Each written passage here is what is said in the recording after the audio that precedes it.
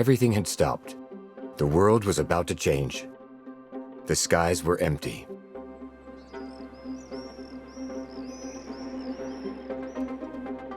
But now, 3 years later, everything is back to the way it was before.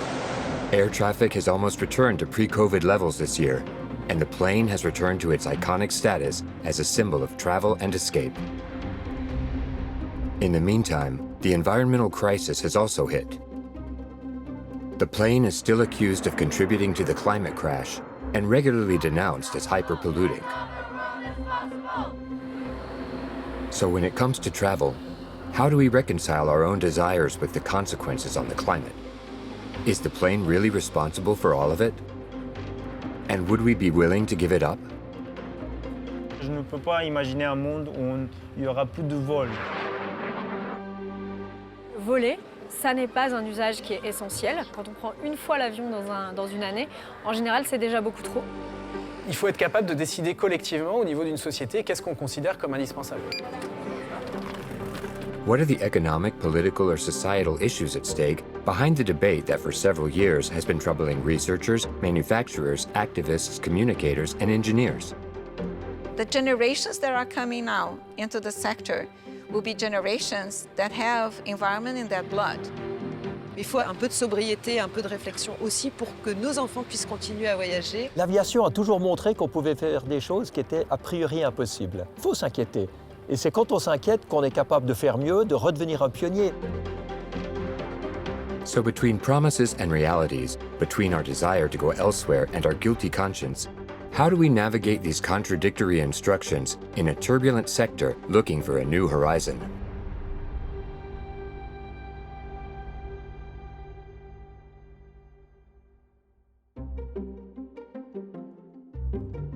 This story, these contradictory instructions, this is what each of us faces when we decide to fly.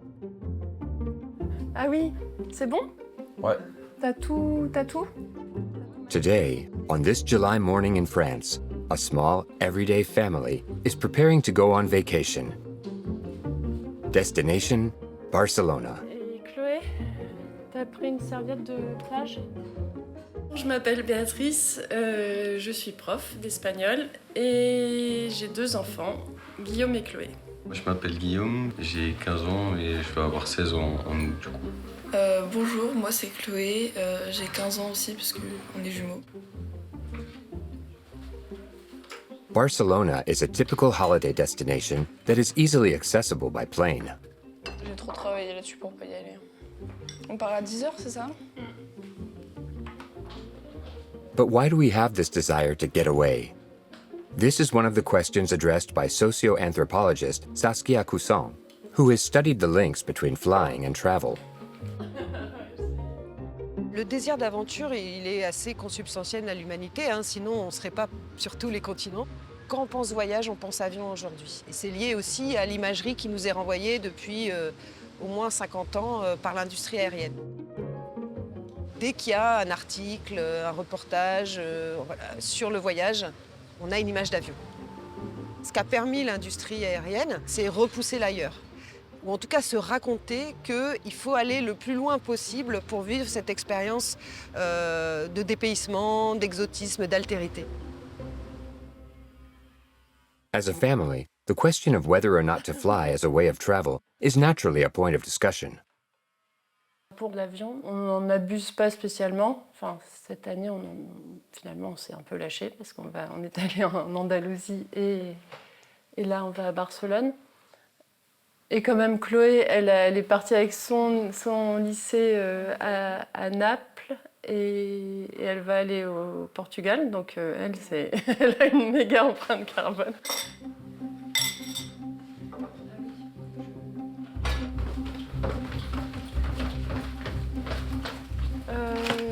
Bon, bah, je crois qu'on a tout. Hein. Les billets, je vous les ai envoyés. J'oublie pas. Écolo!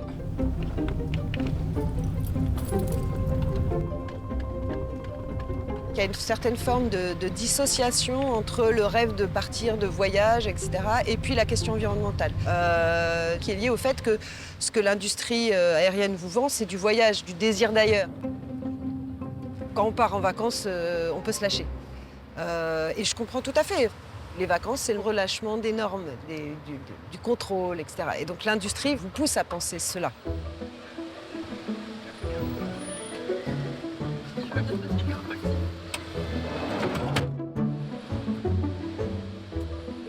After years of tough and uncertain times, linked to restructuring, the environmental crisis, and the pandemic, travelers finally reassured airlines by heading back to the airports.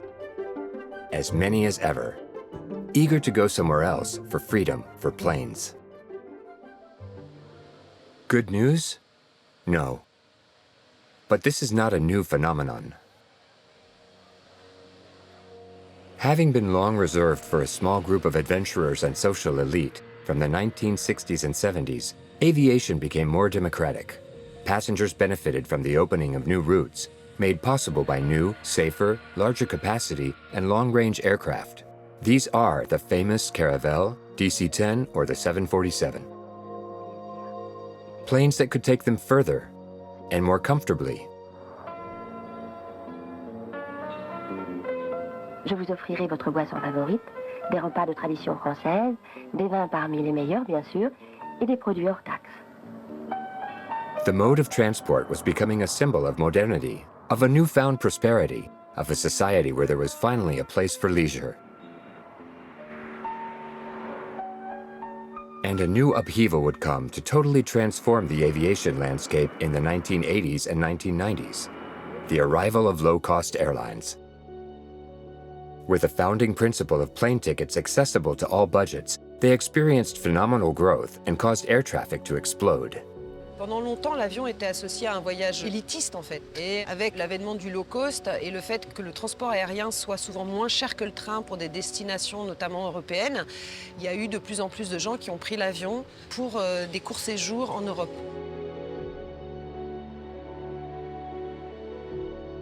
The success of the low-cost airlines made flying almost commonplace. And yet, paradoxically, this did not mean that access to plane travel became truly democratic.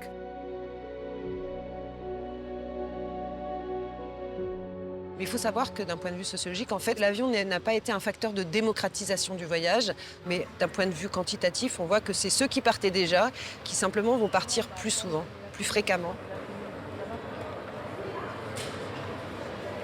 Bea is part of this generation that has always been familiar with air travel. À la hora. À la gâté A. Quand j'étais enfant, je l'ai beaucoup pris avec mes parents parce qu'on habitait à l'étranger, donc forcément on le prenait pour rentrer, pour repartir. J'ai un truc avec les aéroports, j'adore les aéroports. En fait, rien que d'aller à l'aéroport, j'aime bien l'ambiance, j'aime bien.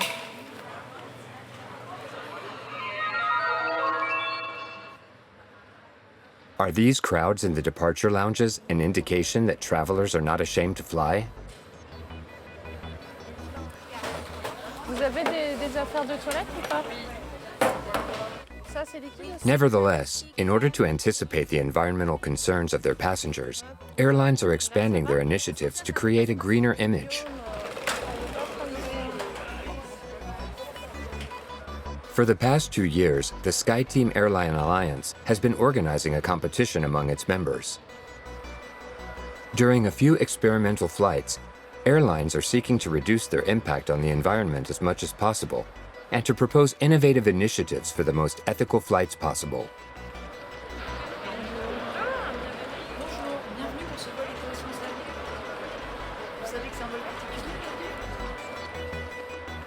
Above all, it is an opportunity to communicate all their efforts in this area. Because in this contest, of course, there are no real losers or winners.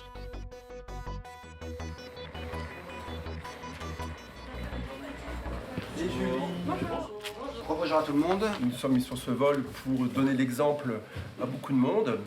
On n'est pas là par hasard, on a un rôle important à jouer. Typically, on this Air France flight, presented as exemplary, here's how airlines are proposing to take action on their carbon footprint. La transparence des données d'émissions de CO2, elle est primordiale si on veut être crédible. Ce qu'il faut savoir, c'est que plus de 90% de l'empreinte carbone d'Air France, par exemple, et c'est très similaire pour les autres compagnies aériennes, est directement liée à la combustion de kérosène, à l'utilisation du carburant. La clé pour réduire ces émissions, elle est limiter au maximum la consommation de carburant, mais plus le poids est bas, moins de carburant va être utilisé et moins l'opération va émettre de CO2. Alors comment on y arrive ? Eh bien, côté Air France, déjà, on travaille sur le fait d'utiliser des matériaux à bord, les sièges, les équipements de nos personnels navigants les plus légers possibles. Mais ça passe aussi, et c'est aussi ce qu'on expérimente dans le cadre de ce vol, par le fait d'informer les clients sur le fait que voyager avec un bagage en moins, par exemple, ça permet des opérations plus légères. Donc leur montrer également, même si la plus grande responsabilité est de notre côté, mais comment eux peuvent contribuer à ces efforts.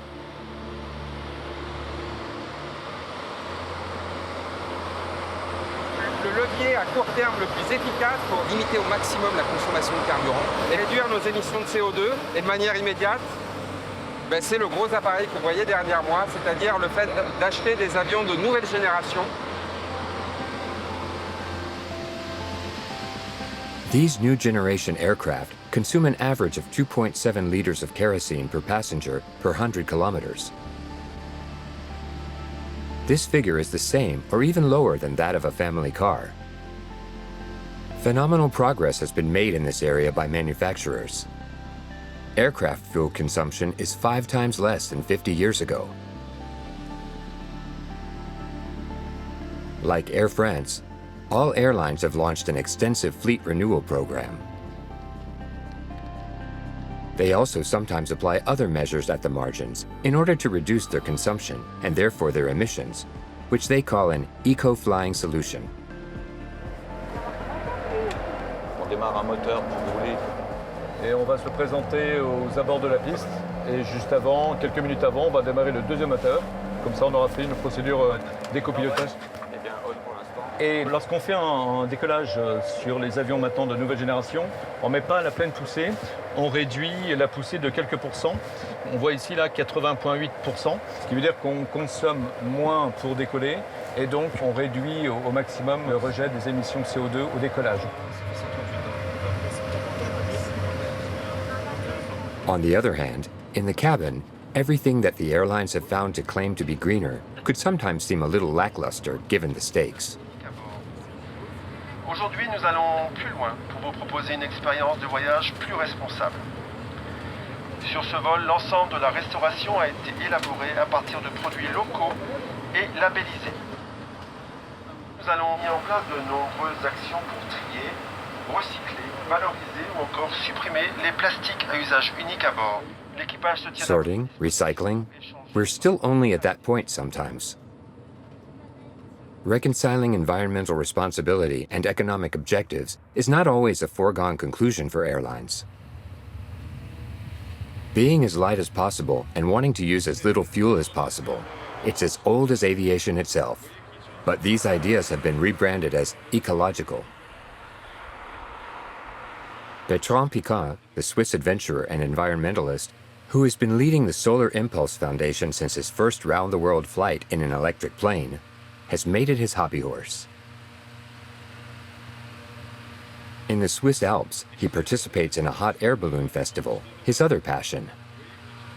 Tout le monde recherche l'efficience, mais plutôt pour des raisons de coût que pour des raisons environnementales. Aujourd'hui, ceux qui ont le pouvoir, c'est les compagnies aériennes. Et les compagnies aériennes ne sont pas innovantes. Les compagnies aériennes, elles veulent des avions qui volent 18 heures par jour pendant 30 ans. Vous pouvez économiser énormément de CO2 si les avions avaient des trajectoires directes, au lieu de faire des zigzags. Pourquoi ils font des zigzags? Eh bien parce que c'est des accords entre les pays pour payer des redevances au contrôle aérien avec des montants plus élevés. Vous pouvez économiser beaucoup de carburant avec des approches en descente constante. Vous pouvez économiser beaucoup aussi si l'avion est ravitaillé en électricité depuis l'aéroport, au lieu de laisser tourner sa tuyère auxiliaire pour produire son électricité quand il est parqué, avec des tracteurs électriques qui amèneraient l'avion au seuil de piste. Et tout ça, on sait qu'on peut le faire, mais ça ne se fait toujours pas. Parce que ça nécessite de changer l'infrastructure aéroportuaire, ça nécessite de changer les législations des contrôleurs aériens. Et puis tout le monde est tellement conservateur qu'il attend le plus longtemps possible avant de bouger.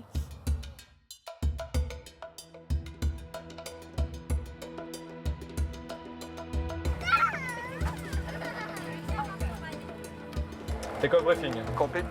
Beacon on. Lighter materials, more efficient engines, improved aerodynamics. Could the solution to greener flying be technological, and therefore in the hands of aircraft manufacturers? Once again, thank you very much for being here with us and wish you a very pleasant flight. At least that's what the manufacturers in the sector say. At the Paris Air Show, the unmissable aviation event, their new, very economical aircraft models were a phenomenal commercial success. With the surprise rebound in post-COVID traffic and strong growth prospects in Asia, these manufacturers have signed some fantastic contracts. Today it's my pleasure and my honor actually to announce that Indigo has concluded with Airbus the next fleet purchase in a magnitude of 500 new aircraft. At this show, the aeronautics industry is in any case boasting its desire to decarbonize. In other words, to put in place measures and technologies to limit its carbon footprint as much as possible and meet the challenges of the environmental crisis. La décarbonation, c'est devenu la priorité numéro 1 du secteur, c'est la condition de la survie à long terme du secteur aéronautique. L'enjeu, c'est de concilier la croissance avec la décarbonation pour atteindre l'objectif qu'on s'est fixé, sur lequel on s'est engagé, c'est atteindre la neutralité carbone d'ici 2050.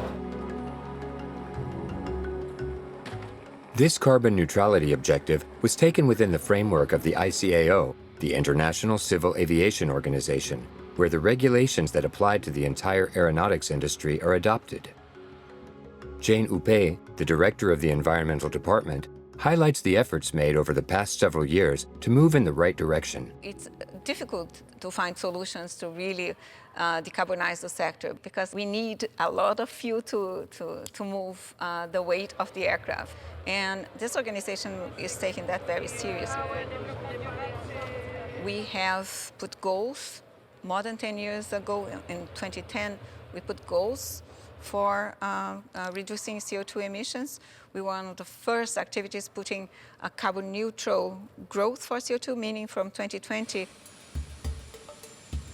Since 2016, for example, the ICAO has initiated the CORSIA program, a program to reduce and offset CO2 emissions on international routes.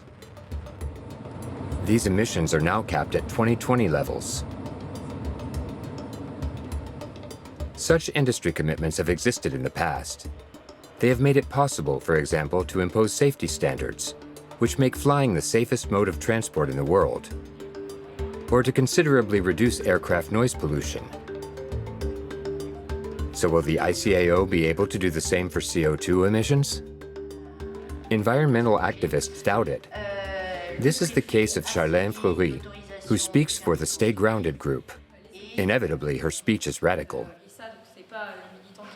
Malheureusement, le problème de l'aviation civile, c'est qu'elle est sa propre autorité de régulation. C'est un peu le passager clandestin des émissions, c'est-à-dire que les émissions internationales ne sont comptabilisées dans aucun des bilans carbone des États.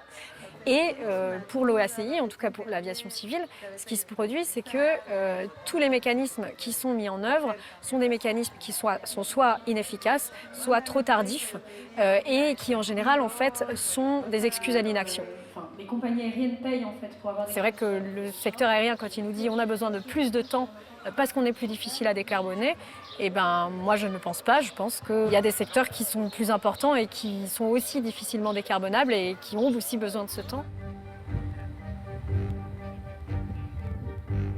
But if everyone is so slow and difficult to move, it's also because the aviation sector carries major strategic, economic, and industrial challenges that are reflected at the Paris Air Show.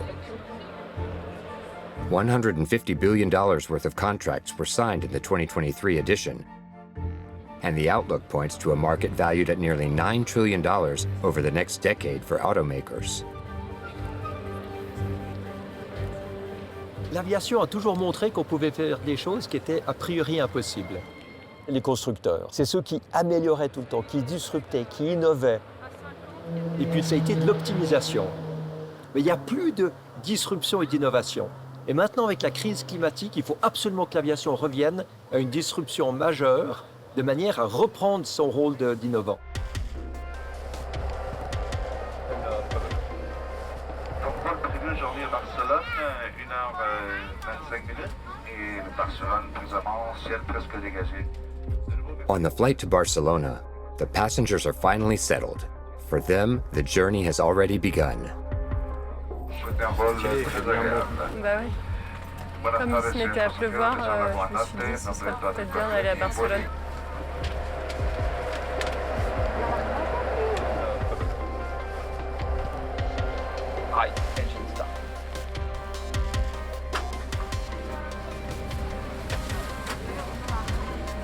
Ce qu'a fait l'avion, c'est réduire l'espace et donc consommer l'espace avec une réduction du temps. Donc, c'est-à-dire vous êtes à un endroit et vous êtes arrivé à un autre endroit. Donc ça, c'est le premier travail de l'avion, c'est finalement de faire disparaître le voyage.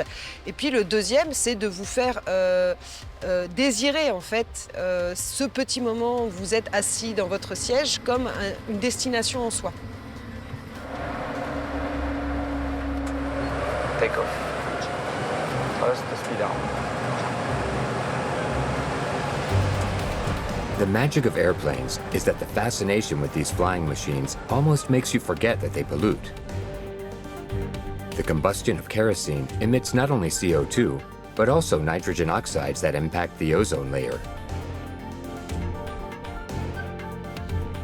And fine particles, which in certain atmospheric conditions generate vapor trails behind planes, the proliferation of which also contributes to global warming.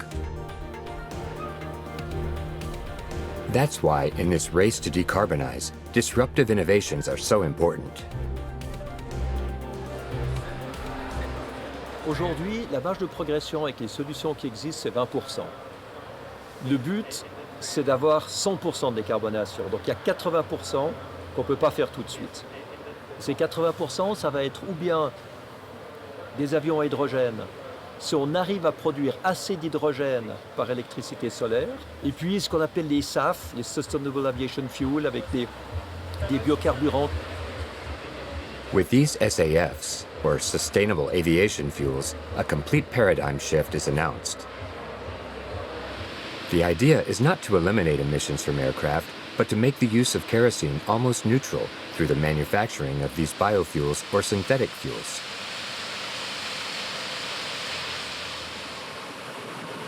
The major advantage is that these fuels can be used immediately in the tanks of today's existing aircraft. This way, they could contribute to the reduction of more than half of the aviation world's emissions.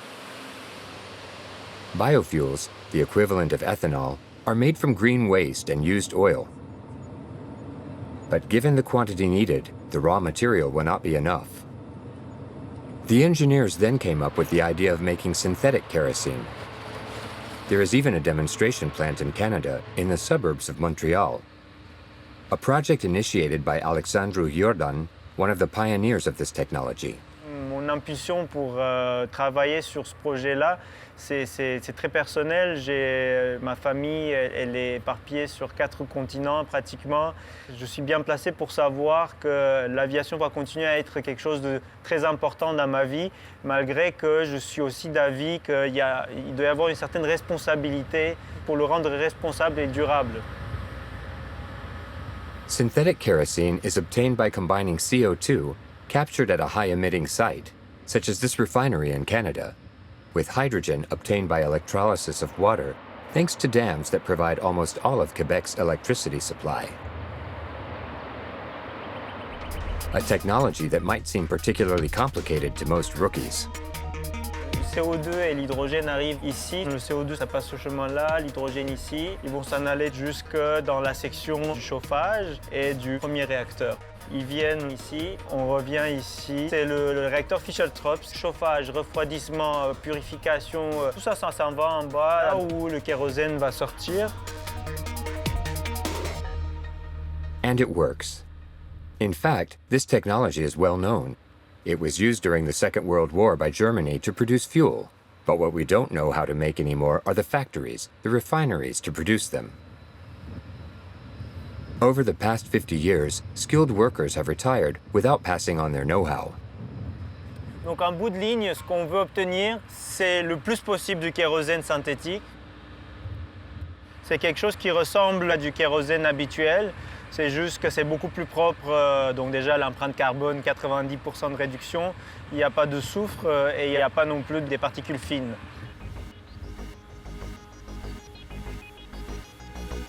SAF is therefore a promising gear shift for decarbonization.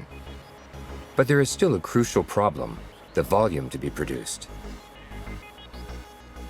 The aviation sector would like aircraft tanks to be filled with at least 50% SAF, mixed with traditional kerosene, by 2050. But at the moment, production covers only 2% of the quantity needed. Will we be able to produce enough of these fuels? And at a competitive price? No one can really say that as yet. On the other hand, everyone in this industry sees it as an opportunity for a real revolution that goes beyond the sector. It's the biggest challenge we will have, but it's also one of the biggest opportunities we are seeing. We are creating markets, entire markets. You can be a big player on aviation and environment, producing sustainable fuels for aviation. You don't even have to be a traditional fossil fuel producer. You can start tomorrow producing fuel from waste, from used cooking oil, rest of wood, bio feedstocks, CO2. You know, you have CO2, sun, and off we go. With these synthetic fuels, the aviation industry, paradoxically, now feels able to become a new player in global energy. And there's the second carbon-free fuel that everyone is talking about, which is hydrogen. It is either burned in a suitable reactor, or it powers a fuel cell. In both cases, it emits only water. But in order to use hydrogen, we need to completely rethink the propulsion, configuration, and aerostructure of aircraft. Engineers, like here at Airbus, are already working on these issues. They are even preparing the first flights in a laboratory A380 that will serve as a test bed. This is the mission of Matthias Andrimisana, who leads the Zero Emission Study Center in France. Ce qu'on veut démontrer notamment avec ce démonstrateur, c'est que l'opération d'un avion hydrogène est aussi facile qu'un avion classique et que d'un point de vue sûreté, on est sur quelque chose d'équivalent. Et donc là, tu rajoutes une surépaisseur comme ça là ? Ce qu'on vise dans ce programme-là, ça serait quand même un avion de jusqu'à 200 places à un horizon 2035. Mais par contre, l'idée, c'est d'ouvrir une famille de produits plus large. Nice concepts on paper. But in reality, there are a lot of obstacles when it comes to hydrogen. Tank size, hydrogen cooling, refueling at airports.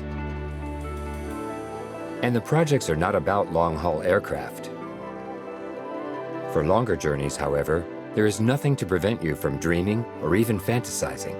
Si vous imaginez vraiment une situation disruptive avec de l'hydrogène, vous avez la possibilité de décoller comme une fusée, de monter à 80 km d'altitude et de couper les moteurs après 10 minutes.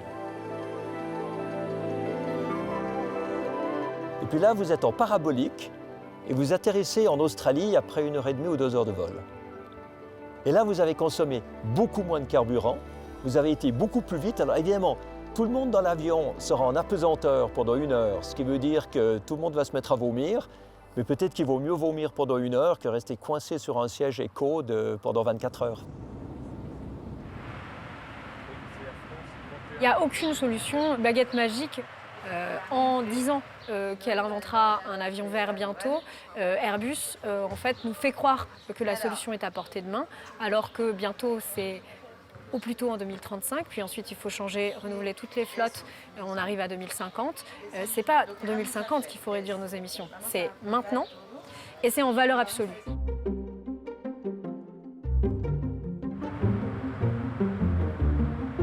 If next-generation aircraft are not enough, and disruptive technologies are only long-term promises for the time being, what are the options to truly fly greener today?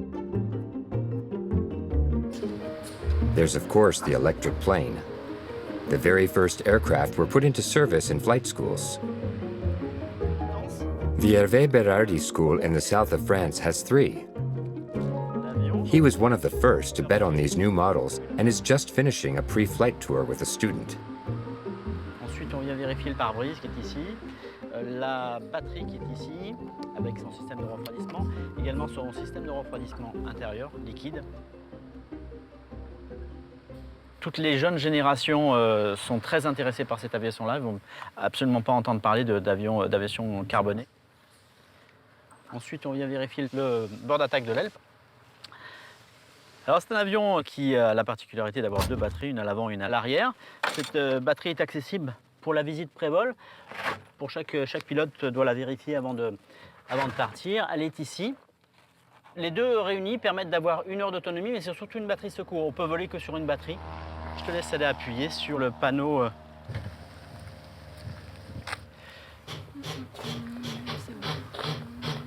Les avantages aujourd'hui, c'est essentiellement 14 fois moins de bruit qu'un avion classique, ce qui est quand même pas rien, puisque ça répond à toutes les problématiques qu'on a autour des aérodromes aujourd'hui, à savoir les nuisances sonores, et bien sûr de ne pas émettre de CO2.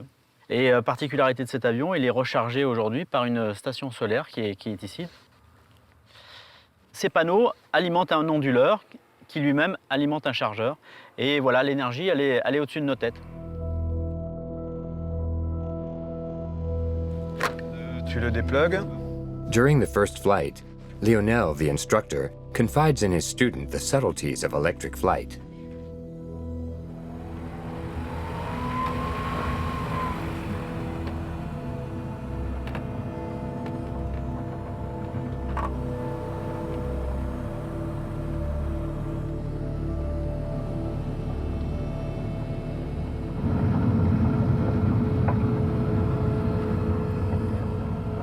Une particularité de cet avion, c'est que quand on s'arrête sur la piste pour attendre que notre avion passe ou faire nos essais, l'hélice ne tourne plus.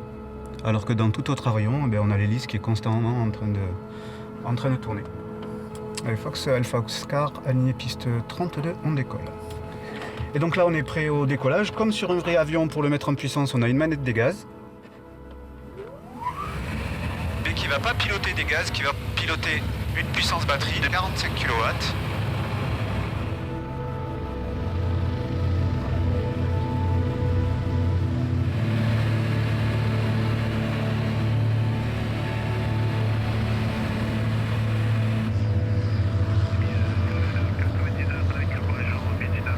Je sais pas si tu la vois, la station solaire.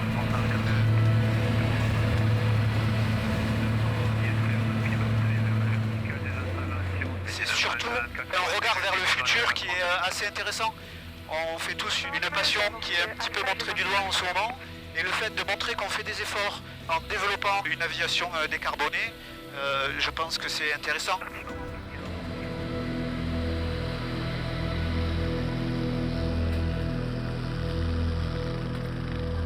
Les limites de cet avion, aujourd'hui, elles sont en termes d'autonomie. On est sur 1 heure d'autonomie, plus les réserves. Pour l'instant, le A vers B, c'est-à-dire le voyage, la navigation de A vers B, est encore problématique. Il nous faudrait quand même une petite demi-heure de plus d'autonomie, ce qui va arriver dans les 2 prochaines années.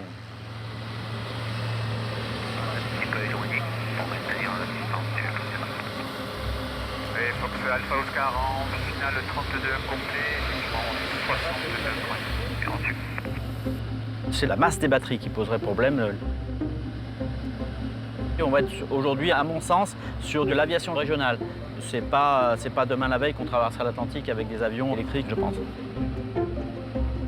These planes will therefore remain reserved for very short trips for a very small number of passengers. But paradoxically, they can give aviation back a place it no longer has today. Moi, je pense que le régional sera avec l'électrique à batterie.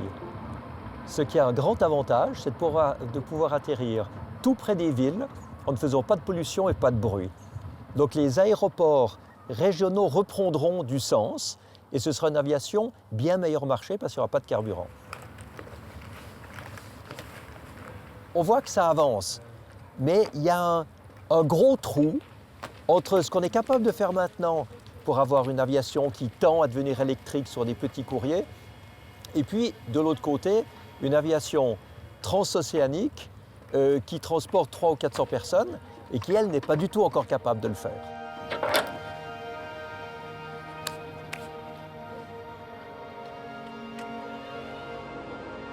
Indeed, if we wanted to design an electric aircraft capable of carrying 150 people, we would have to carry 150 tons of batteries. Impossible. To reduce the carbon footprint of a medium or long-haul flight, electricity is not the right solution.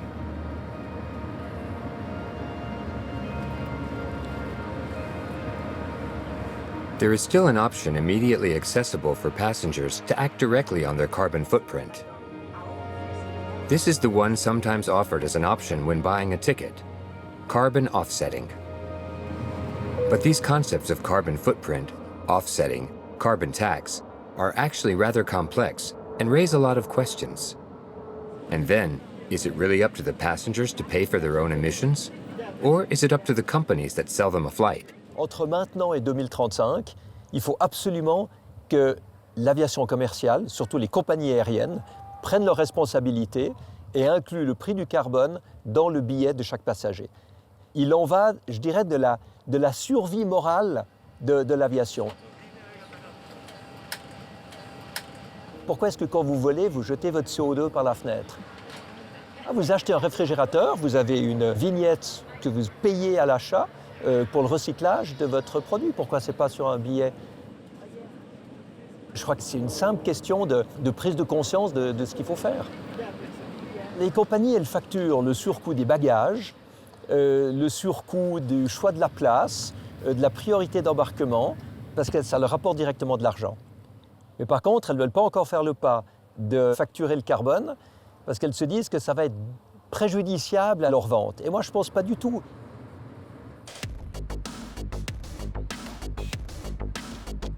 But when we talk about carbon offsetting, what exactly are we talking about? When we talk about paying to offset emissions, where exactly does the money go? In France, INRAE, the National Research Institute for Agriculture, Food and the Environment, has launched studies on the subject. Philippe Delacroix, economist, is one of the experts in the field.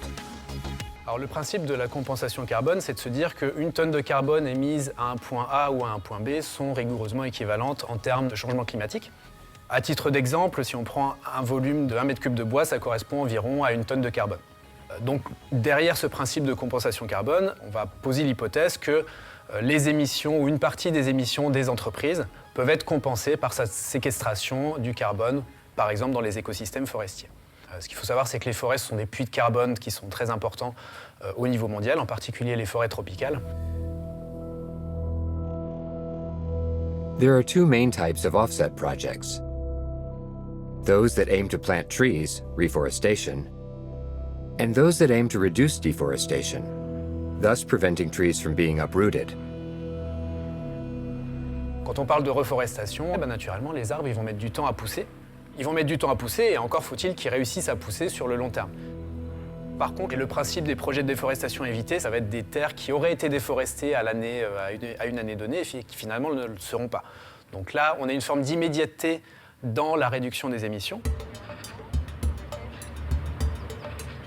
The fact remains that in order to offset emissions, especially those from aviation, it must be guaranteed that these projects really fulfill their mission.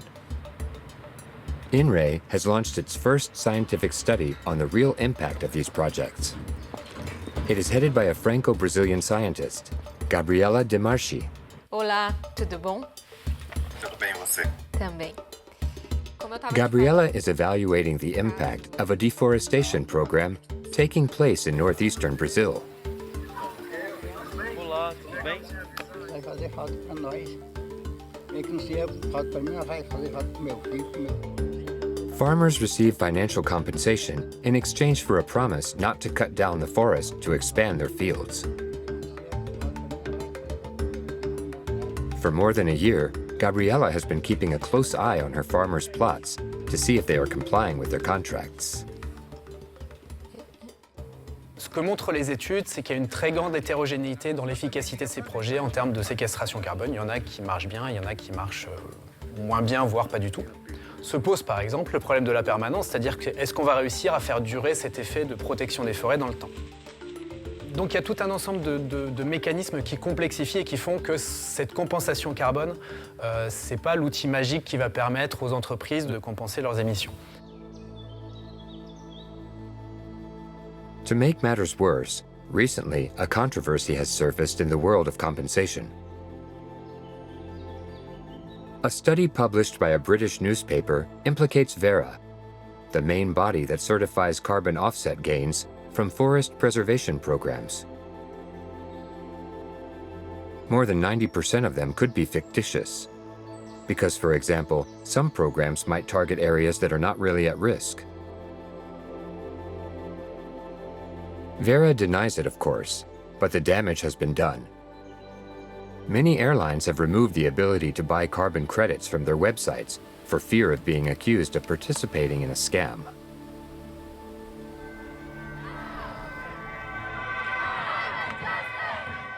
Le grand pilier du greenwashing aérien, c'est qu'on nous dit on va planter des arbres, on va compenser, on va faire des projets de compensation.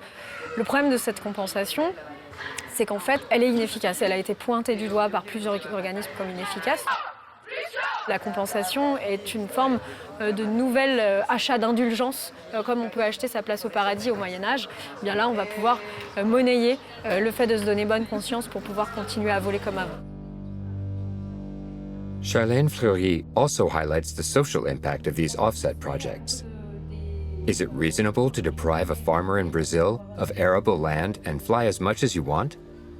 Le problème de cette compensation, c'est qu'on ne pourra pas avoir suffisamment de forêts, d'espaces en fait, sur lesquels on pourra planter des projets de reforestation pour compenser des vols. Ou sinon, on rentre en concurrence en fait avec d'autres usages. Et c'est toujours le même problème, c'est qu'on rentre en concurrence avec du coup des terres qui sont arables, qu'on aurait pu utiliser pour alimenter la population. Et encore une fois, dans un monde qui se contraint, dans un monde où les conditions vont être de plus en plus difficiles, les sécheresses de plus en plus fortes et où on va avoir du mal à produire notre nourriture, est-ce qu'il vaut mieux faire des projets de compensation pour pouvoir continuer à voler ou établir des cultures vivrières? These social issues are now the main reason why aviation is in the sights of many activists. En fait, le transport aérien est très inégalitaire. 1% de la population au niveau mondial est responsable de 50% des émissions du trafic aérien et 80% de la population mondiale n'a jamais mis les pieds dans un avion, n'a pas cette chance-là. Donc en fait, quand on voit à quel point c'est concentré, on se rend compte que les émissions considérables du trafic aérien sont des émissions qui sont le fait d'une toute petite portion de la population, dont nous faisons partie.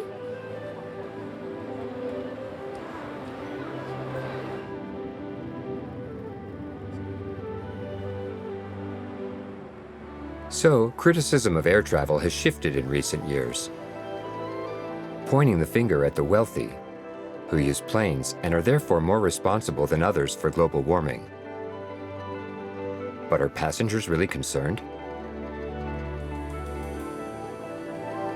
J'ai l'impression que c'est quand même extrêmement démocratique l'avion et que c'est pas qu'un truc de riche. Ce que je trouve regrettable, c'est que là, j'aurais par exemple pu prendre le train, mais en effet, c'était plus cher finalement que l'avion. Du coup, oui, on va au moins cher, quoi. C'est presque un truc de riche de pouvoir se poser parfois la question des moyens alternatifs, puisque parfois, en effet, prendre le train est plus cher que prendre l'avion. 40 vertical terrain 1820 pieds, on va s'intégrer en début de l'antérieur en 32.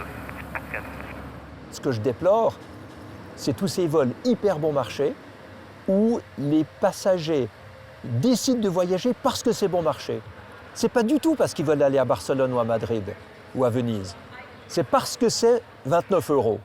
Et ça, je pense que ce n'est pas le rôle du transport aérien de faire ce genre de choses. Le vrai prix de l'avion n'est pas celui qu'on paye. En fait, le kérosène n'est pas taxé, donc pour tous les vols, on a une minimisation du coût. Alors que quand je prends ma voiture pour aller travailler, eh bien, je suis taxée sur cette essence. Donc là-dessus, il y a vraiment déjà un deux poids deux mesures qui est inadmissible. Aujourd'hui, un consommateur ne paye pas le coût environnemental finalement de ses déplacements. Donc, à l'évidence, laisser le secteur fonctionner sans régulation par rapport à ça, ça ne semble pas viable à moyen long terme, à partir du moment où on veut vraiment faire des efforts contre le changement climatique.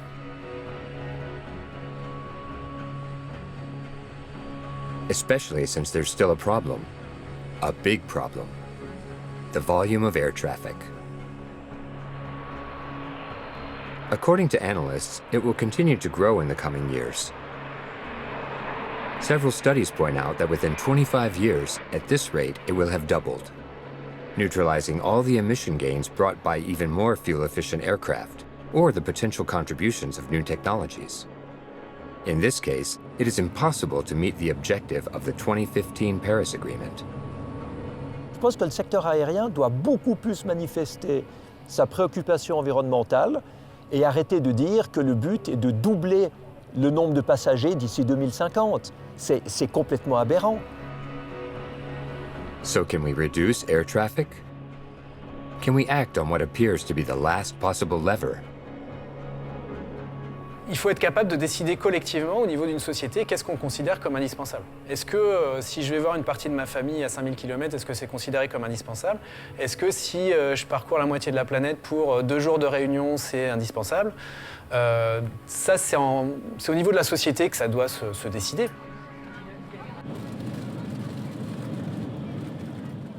Parce que même s'il y a du progrès technologique, même s'il y a des très forts investissements, j'ai peine à croire qu'avec le volume que représente le transport aérien, on va être capable de décarboner le secteur complètement uniquement par des options technologiques. Donc pour moi, la question de la sobriété et sans doute de la réduction d'un certain nombre de déplacements devient incontournable. Only one country, France, has taken some symbolic measures to try to reduce air traffic on its territory. French flights, for which there is an alternative train of less than 2 hours and 30 minutes, are prohibited. A revolution? No, because in practice, only 3 routes are concerned. But is air traffic really the great climate disruptor that is claimed? L'aviation, c'est 3% des émissions de CO2 dans le monde, qu'il y a 97% qui ne sont pas produits par l'aviation et qu'il faut arrêter de désigner l'avion comme un bouc émissaire parce que ça ne rend pas service à l'écologie. D'attaquer l'avion pour faire oublier qu'on ne fait rien ailleurs et se donner soi-disant bonne conscience, ce n'est pas correct. C'est le transport routier, c'est la construction, c'est l'habitat, c'est l'industrie, c'est l'agriculture, c'est les déchets, c'est l'énergie, tout ça, c'est là qu'il faut agir tout de suite. Le problème quand on dit c'est seulement 3%, c'est qu'en fait on n'a pas compris le problème. Il faut réduire partout. Moi je veux pas qu'on agisse que sur le trafic aérien, je m'intéresse au trafic aérien parce qu'il faut bien choisir ses combats et que j'ai que 24 heures dans une journée. Mais pour moi c'est plus facile de réduire le trafic aérien que de réduire l'automobile en fait. Évidemment la question elle n'est pas celle de l'aérien. C'est d'abord un enjeu de réflexion et de politique publique à l'échelle nationale, internationale, et non pas un enjeu de culpabilisation individuelle.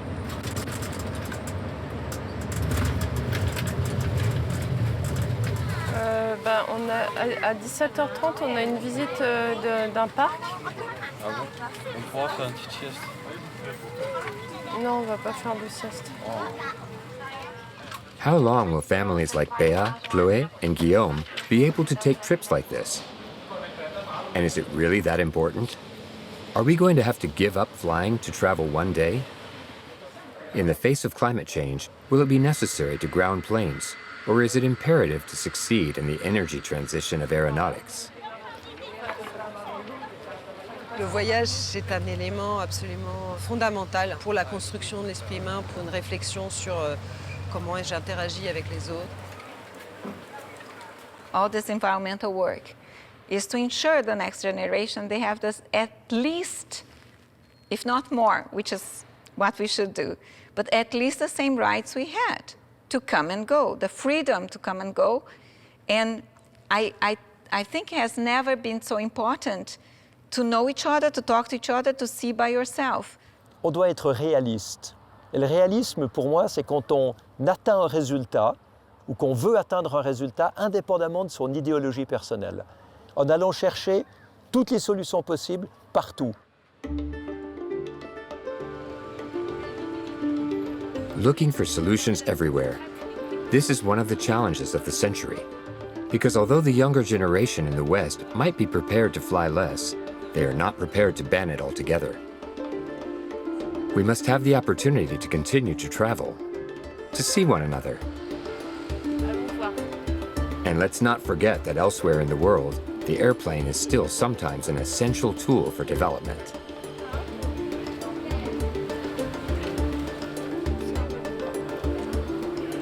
Waouh, j'ai mal aux pieds. Arrête de te plaindre tout le temps.